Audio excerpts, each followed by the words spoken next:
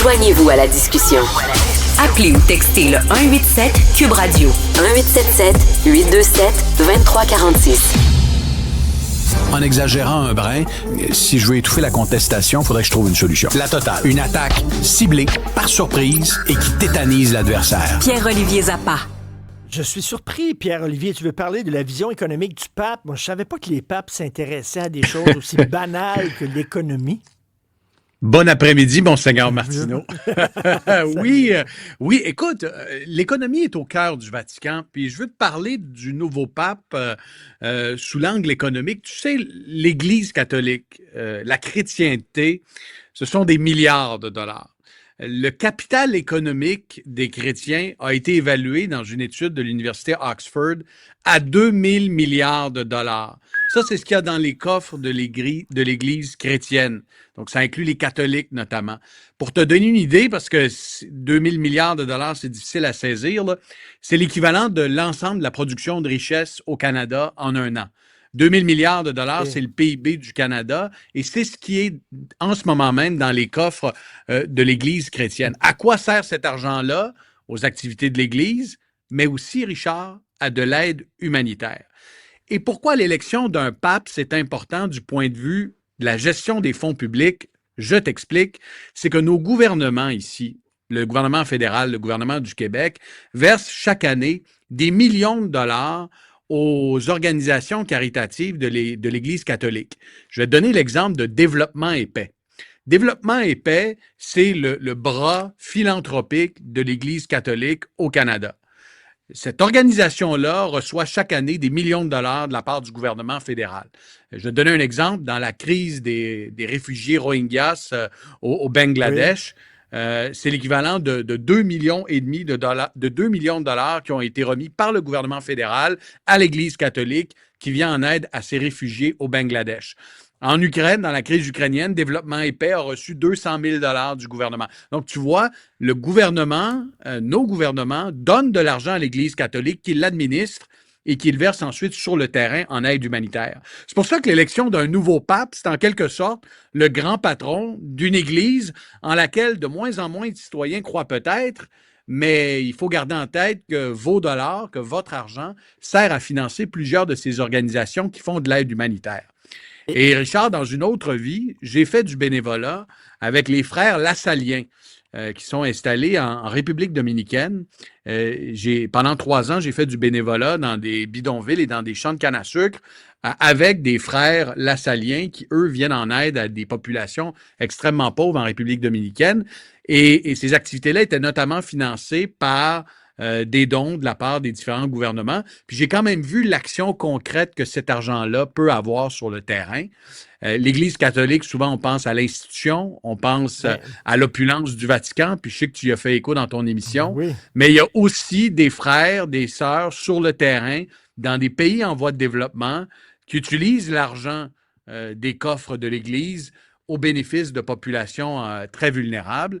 Et gardons en tête qu'une partie de cet argent-là vient de nos taxes et de nos impôts. Voilà pourquoi il faut s'intéresser à la politique du Vatican, Richard. Écoute, ils ont des gros placements dans l'immobilier aussi, l'Église catholique. Et souviens-toi, en 1982, là, j'ai fait une petite recherche, Roberto Calvi, c'est lui qui s'occupait de la Banque du Vatican. Il était retrouvé pendu sous un pont à Londres.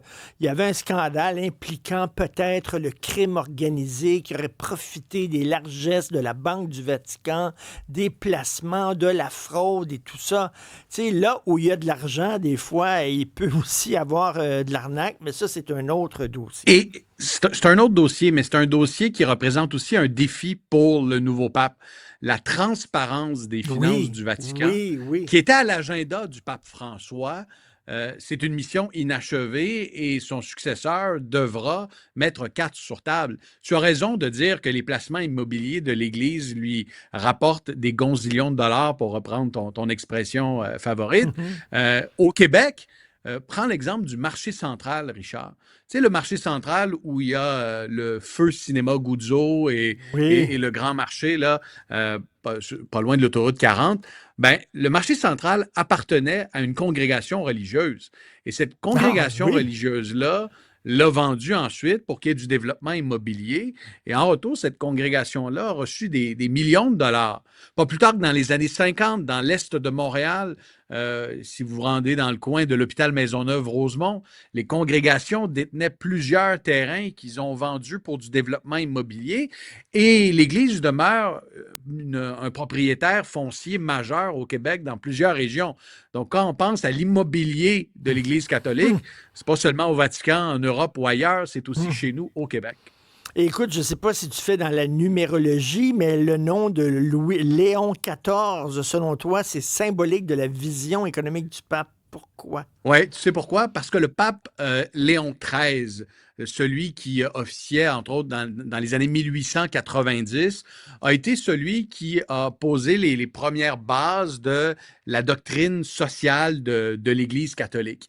Et c'était un pape à l'époque de la Révolution industrielle qui était ni de gauche ni de droite. C'était comme un François Legault avant le temps, si tu veux, ou un adepte de la troisième voie.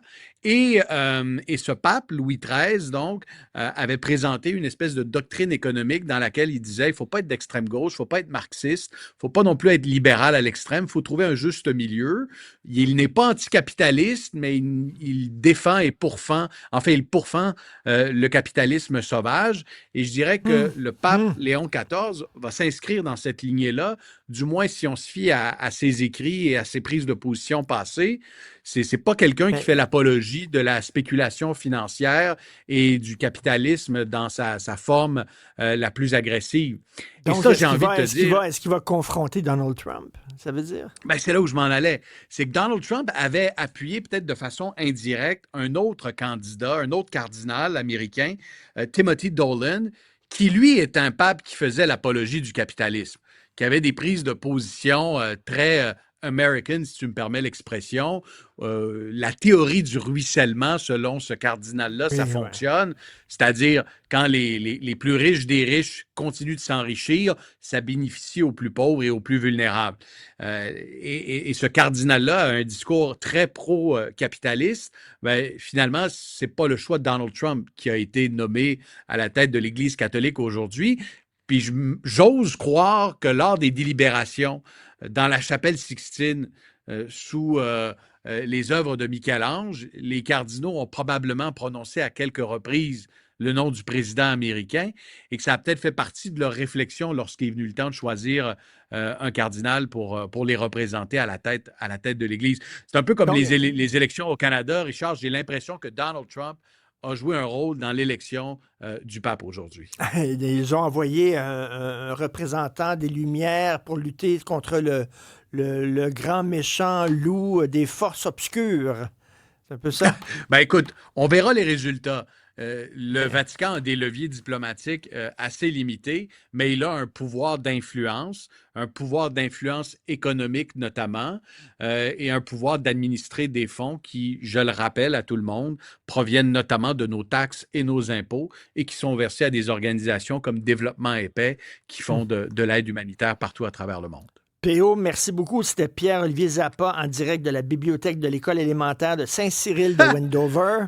Je suis à Lorrainville, dans la magnifique région du Témiscamingue, là où il fait plein soleil, mais où il y a encore quelques bancs de neige, Richard. Non! OK, je ne savais pas que tu étais là. Encore des bancs de neige, bon Dieu. Alors qu'il annonce 26 cette semaine. Merci beaucoup, on t'écoute. Tu es là à 22 h? Je suis pas là à 22 h parce que je suis à quelques heures d'avion. On écoute le 22 h pareil. Merci. Quand même. Salut. Merci.